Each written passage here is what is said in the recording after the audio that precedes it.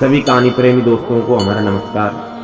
अच्छे अच्छे संस्कार पाने के लिए और अपनी संस्कृति को अच्छे से जानने के लिए ज़रूर देखें और सुने हमारी शिक्षाप्रद कहानियाँ। तो दोस्तों, बहुत बहुत स्वागत आप सभी का हमारे शिक्षाप्रद कहानियाँ नाम के YouTube चैनल पर।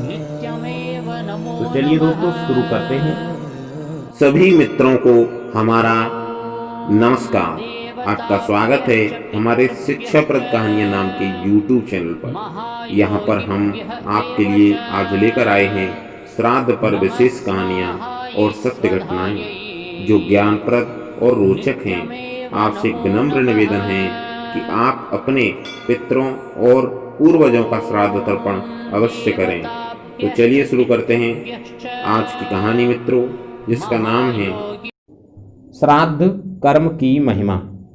यानी कि श्राद्ध करने की महिमा क्या है, ये कहानी है।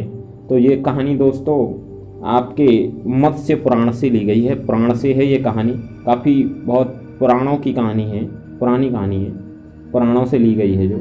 चलिए शुरू करते हैं कहानी। हो सकता है आपके कठिन शब्द कुछ समझ में आए, जो शब्द समझ में आपके नहीं आए, क्योंकि क्लिष्ट शब्द हैं बहुत से इसमें। वैसे तो आ जाएंगे, कोई ज़्यादा कठिन शब्द नहीं है। अगर नहीं आए तो कमेंट बॉक्स में लिख दें, हम समझा देंगे।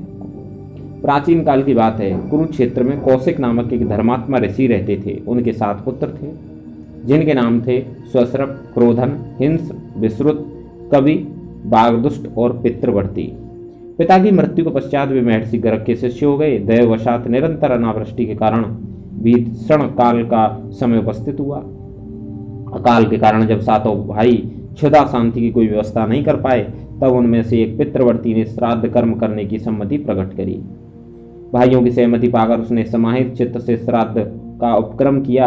उसने छोटे बड़े के क्रम से 2 भाइयों को दैव कार्य में, 3 को, तीसरे को पितृ कार्य में, 1 को देव कार्य में नियुक्त किया तथा स्वयं श्राद्ध करता बना।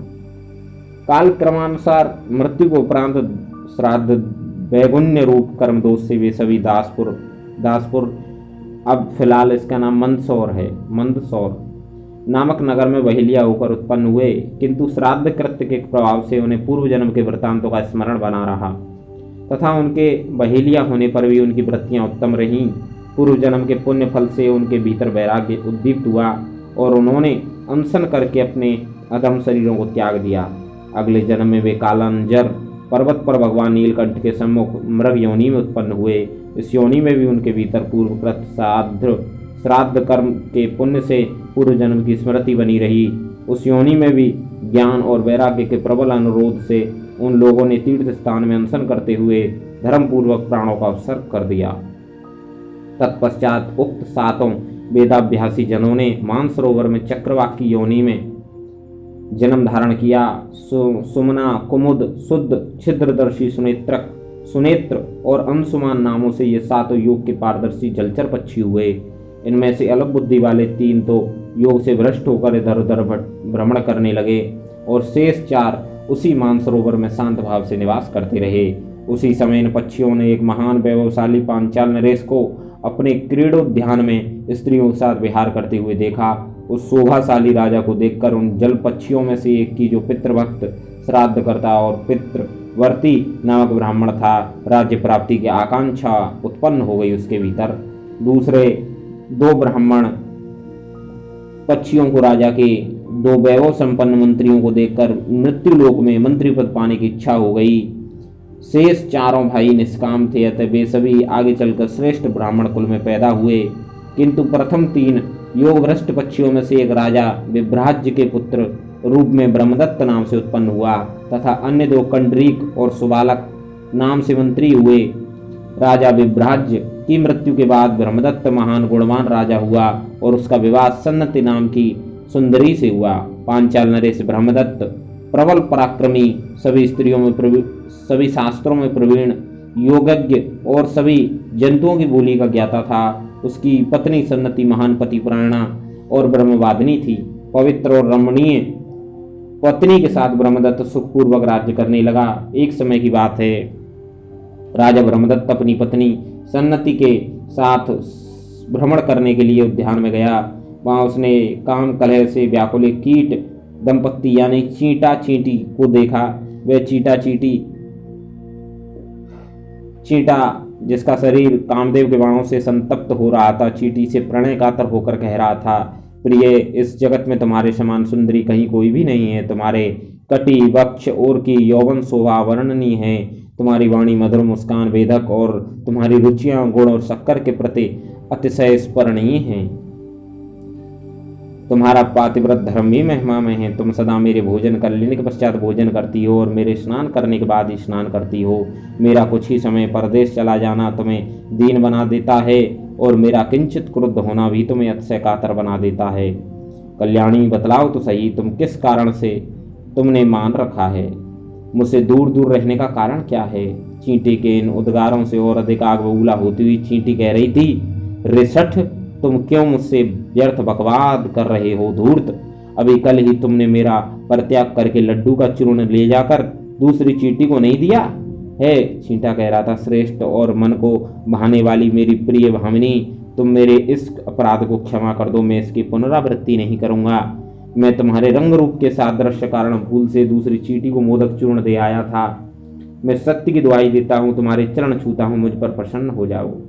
राजा ब्रह्मदत्त चींटे के संवाद को सुनकर हंसने लगे। वस्तुतः ब्रह्मदत्त को विभिन्न पशु पक्षियों एवं प्राणियों की बोली समझ जाने का जन्मजात गुण प्राप्त था, क्योंकि उनके पिता ने पुत्र प्राप्ति के लिए महान तप किया था और भगवान विष्णु से ब्रह्मदत्त के रूप में स्वयं उनके पिता को ब्रह्मदत्त जैसा पुत्र प्राप्त होने का वरदान दिया था, जो धार्मिक, श्रेष्ठ, योगी होने के साथ साथ संपूर्ण प्राणियों की बोली का ज्ञाता भी हो सकता है। ब्रह्मदत्त को कीट दंपत्ति के बीच में चलने वाली प्रणय लीला को देखकर जब हंसी आ गई तो महारानी सन्नति ने यह समझा कि राजा उनका परिहास कर रहे हैं और उक्त हंसी का रहस्य जानने के लिए बेहट करने लगी। राजा ने उन्हें इसका वास्तविक कारण तो बता दिया, पर उस पर रानी को विश्वास नहीं हुआ। राजा रानी को सहमत न पाकर इस अत्यंत दुखी हो गया और स्वयं श्री हरि के समक्ष 7 रात तक आराधना करते हुए बैठे रहा। भगवान विष्णु ने स्वप्न में दर्शन देकर कहा कि राजन, प्रातःकाल तुम्हारे नगर में घूमता हुआ एक वृद्ध ब्राह्मण जो कुछ कहेगा उसके वचनों से तुम्हारा सारा रहस्य ज्ञात हो जाएगा। यूं कहकर भगवान विष्णु अंतर्हित हो गए।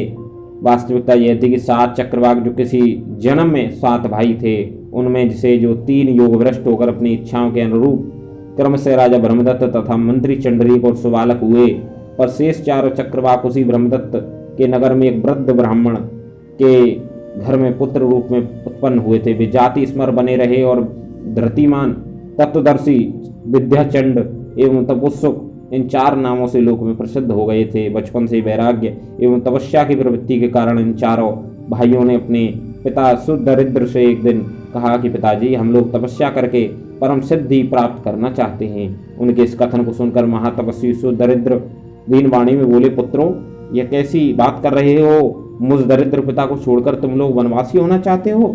मेरा परित्याग करने से तुम्हें कौन सा धर्म होगा और तुम्हारी क्या गति होगी? यह तो महान अधर्म है। ऐसा कहकर पिता ने उन्हें मना कर दिया। यह सुनकर उन बच्चों ने कहा कि तात, हम लोगों ने आपके जीविकोपार्जन का प्रबंध कर दिया है। यदि आप प्रातःकाल राजा ब्रह्मदत्त के समक्ष जाकर इस श्लोक का पाठ कीजिए तो राजा आपको प्रचुर धन संपत्ति एवं सहस्रों ग्राम प्रदान करेंगे। श्लोक यह है, ये विप्रमुख्या कुरुजांगलेषु दास्तत्ता धास पुरे मृगाश्च कालांजले सप्तचा चक्रवाका ये मानसे ते अत्र वसंति सिद्धा।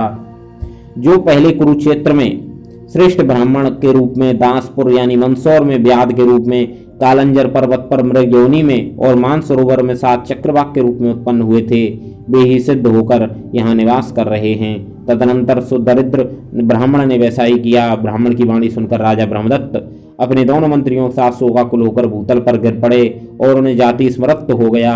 तीनों भाई जो कर्म बंधन में फंसकर योग से भ्रष्ट हो गए थे, उन्हें योगारूढ़ हो गए और उन्हें तत्क्षण वैराग्य हो गया। राजा ने अपने पुत्र को राज्य का भार सौंप दिया और योग का आश्रय लेकर परम पद की प्राप्ति कर ली। मित्रों, कहानी तो पूरी हुई। काफी मजेदार कहानी लगी होगी आपको, ऐसी उम्मीद करते हैं। ये कहानी मत्स्य पुराण से ली गई है, तो इसकी मुख्य शिक्षा देख लेते हैं। इसमें मुख्य शिक्षा यही है दोस्तों, आपने देखा मित्रों किस तरह श्राद्ध कर्म करने से पितरों ने किस तरह उनकी लाभ हुआ, उनको जाति स्मरण बना रहा और उनको जब तक उनकी पीछा नहीं छोड़ा, जब तक उनका वैराग्य नहीं करा दिया, उनको अमरत्व प्राप्त नहीं करा दिया। तो मित्रों, हम ये कहते हैं कि श्राद्ध कर्म हमें अवश्य करने चाहिए। श्राद्ध कर्म करने की बड़ी महिमा है। एक तो हमारे जो पूर्वज होते हैं उनको भी मोक्ष मिल जाता है और हमें भी कुछ ना कुछ लाभ ही होता है, कोई नुकसान नहीं होता है। तो मित्रों, ये ध्यान रखें कि जो श्राद्ध कर्म जरूर करें और औरों को भी प्रेरणा पूरी दें, कहानी सुनने ताकि के वो भी लिए करें आपका श्राद्ध बहुत बहुत कर्म। शुक्रिया, धन्यवाद। अगर आपको हमारे चैनल पर कोई भी कहानी अच्छी लगी हो तो शेयर जरूर करें, कमेंट भी करें, ताकि आपका फीडबैक हमें मिल सके। कहानी अच्छी लगी हो तो लाइक करना ना भूलें। यदि आप हमारे चैनल पर नए हैं तो चैनल ज़रूर सब्सक्राइब कर लें, ताकि आपको हमारी वीडियो के नोटिफिकेशन बराबर आसानी से पहुंचते रहें। किसी भी प्रकार का सुझाव या शिकायत हो तो हमें संपर्क करें या बताएं। पूरी डिटेल हमारे डिस्क्रिप्शन बॉक्स में दी हुई है। पूरी वीडियो देखने के लिए आपका बहुत बहुत शुक्रिया, बहुत बहुत धन्यवाद। मिलते हैं दोस्तों एक नई कहानी में, तब तक के लिए नमस्कार, धन्यवाद, बहुत बहुत शुक्रिया।